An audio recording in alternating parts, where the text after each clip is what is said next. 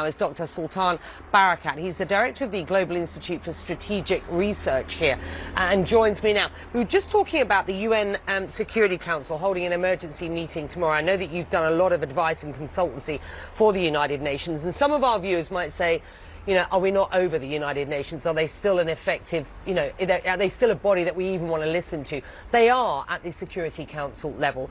And I've been speaking to diplomatic sources who say the UAE, which leads the 15-country Arab bloc, has got this emergency meeting through tomorrow, and it will effectively seek a binding resolution from UNSC members, including the United States, the text of which describes a humanitarian pause, a temporary ceasefire, effectively.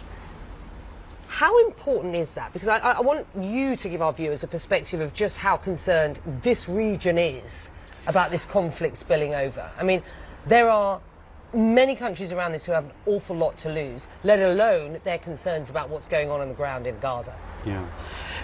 Well, the importance of taking it back to the Security Council is really, it gives what was decided in the Assembly the ability to be implemented. Yeah. It gives us more than just a moral statement, a moral stand. Of course, and then if it passes, then the international community has the ability to even engage Chapter 7 and undertake an intervention against the will of Israel and so on. So it is very important to take it through, and I do hope the United States will not veto it this time. And it will be very difficult for the US to do so now that they've seen where the world stands on this issue. They'll have to stand against 165 nations in order to veto it down. What do you make of what we are seeing on the ground in Gaza, and this, you know, real sense of concern that this could slip into what could be a very dangerous, wider regional conflict? Well, clearly it is absolutely terrible, and I think what's happening is that Netanyahu is mixing up his ultra-nationalist, ultra-right agenda with what Hamas has done. He's taken it as an opportunity to push a much bigger agenda than just simply going after Hamas. And that includes the systematic displacement of the Palestinians, emptying the land, pushing them into Egypt. And it's very clear in all the actions. Today, his references I found incredibly dangerous to the Torah, to the Al-Malik story. So let me stop you there, because I think I'm going to ask my producer. I just want her to cue up the soundbite that we heard from Benjamin Netanyahu, because I think it's really important as you take this position that we specifically hear what he said. Yes. Do we have that? Do we have that? From Benjamin Netanyahu. Let's have a listen to part of what he said last night. They are longing to recompense the murderers for the horrific acts they perpetrated on our children, our women, our parents, and our friends. They are committed to eradicating this evil from the world for our existence, and I add, for the good of all humanity.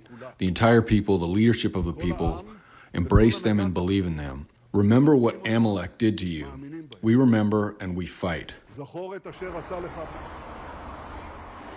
Yeah, I mean, it's exactly that. First, it started by dehumanizing the Palestinians. The first statement talks about Palestinians as human animals, irrelevant, unnecessary, disposable, etc., etc.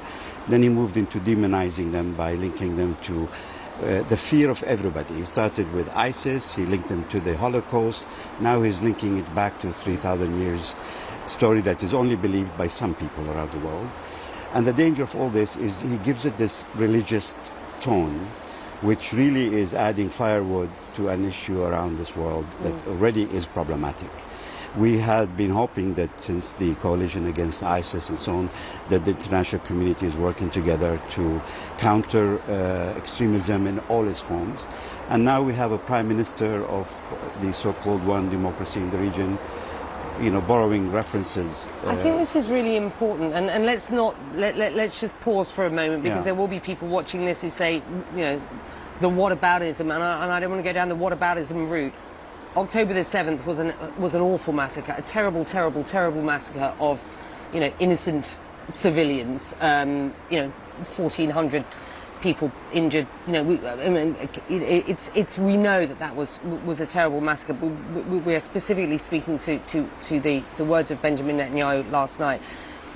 My sense is, from speaking to sources, particularly in the diplomatic field and around the UN, that what Israel is doing is seeking to sort of shroud what's going on now in the terminology and the narrative of self-defense down a counter-terrorism route, yes, which is the sort of language that we saw after 9/11. And the argument against that is that this is not the same. Of course it's not the same. What he is doing, he's trying to justify the methods that he now using in Gaza. So he is really drawing parallels between what happened in Fallujah when the United States went in, what happened in Mosul, which is very important. There will be those who say, I don't see the difference between 9/11 and what Benjamin Netanyahu is talking about. No, of to course which you there's a say big what? difference. I mean, Yeah. the Hamas movement is clearly a resistance movement, a resistance against occupation. It started in 1988 with a very specific mandate to liberate the occupied land. They never undertook any act of terrorism outside the Israeli, the Palestine, They are a and terror against Israelis. organization designated by the US. By the UK US, and but they're others. not they're designated by the United Nations. You know, they're designated by a few countries that always came in support of Israel. But they have the right to legitimately resist occupation. That is enshrined in the international law as much as Israel has the right to protect itself. They don't have the right to massacre innocent civilians, so do they? Well, they don't have the right. No one has the right to massacre civilians, whether it's the Israelis in Gaza or Hamas in Israel. And I was one of the first to say that they may have gone too far. They could have attacked only the 21 military posts and achieved their objective. They could have only captured the soldiers. And this is very important for the exchange that's happening at the moment. We need to draw a distinction between the military personnel that they're holding, which they consider as prisoners of war, and the civilians. And amongst those civilians, again, they distinguish between civilians who are in an age, able age to serve in the military, reservists, and so on, and those who are dual nationals and those who hold international nationalities. They've already made an announcement that those with foreign nationalities are guests as far as they're concerned, and they're looking for opportunity to send them back. The real issue is going to be exchange of soldiers for prisoners back in the West Bank. And as you know, Israel is holding 5,000 plus Palestinian prisoners. They've just added to them 1,500 in the last three weeks. Let me have just for your benefit and for the benefit of the viewers who haven't heard this, I spoke to Majid Al-Ansari here, who's an advisor to the Prime Minister, some hours ago. This is what he told me about where those hostage negotiations are at. Since 2006, we were approached by various sides to open this channel of communication, and since then, along with, in 2012, the political office moving to here in Doha, this channel has been very instrumental in countless de-escalations that took place, including one that happened on the 28th of September this year, so just days before this recent escalation. And therefore, as long as this channel is useful in creating peace, we have to have it. We can't afford to lose it. It is now useful during this escalation. It is the only way that we are mediating for the release of these hostages and for them to get back home to their families. And as long as our Prime Minister said in his press conference with Secretary Blinken, as long as it is a channel that makes peace, as long as it's a channel that allows us to bring about de-escalation, it will stay there. This was Majid in answer to a question from me about what happens with the Hamas file here in Qatar. Of course, a number of senior leaders are hosted here. Qatar involved in the mediation of these talks. It helps pay the bills of government workers in the Hamas-controlled government at the behest of the Israelis. The hosting of Hamas here at the behest of the US back in 2012, and even further back than that. But it's an interesting conversation, isn't it? Because as we continue to watch what's going on, so, Qatar involved in these hostage negotiations, but also taking criticism for its relationship with Hamas. Going forward, is there a place You know, is there a role? Is there an argument to say that Hamas should not be hosted in a country like Qatar? Already, we know that Turkey is, has gotten rid of the office there. I mean, you know, is there an argument that says? I think we need to take a step back and agree that there is no way for Hamas to be finished. Hamas is an idea.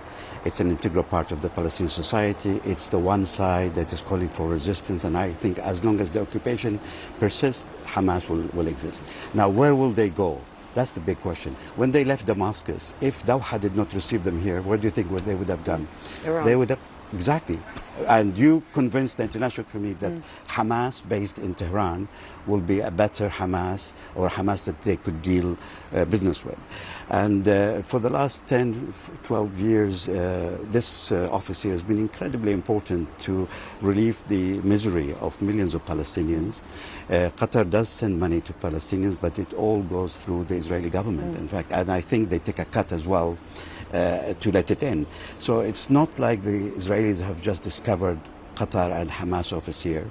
And as you know, on the 7th of October, Netanyahu came out with those very strong statements about anyone who has anything to do with Hamas. And then it was all withdrawn a few days later by his national security advisor, because they understand that if they are serious about releasing safely those hostages, they must talk to Hamas. There has to be a mediator. Be a mediator, yes. It's good to have you, sir. Thank you very much indeed. It's a pleasure. While we're Thank here you. in Qatar, it's really important to get the perspective of our regional friends, and you are one of them. Thank you very much. Indeed. Appreciate it.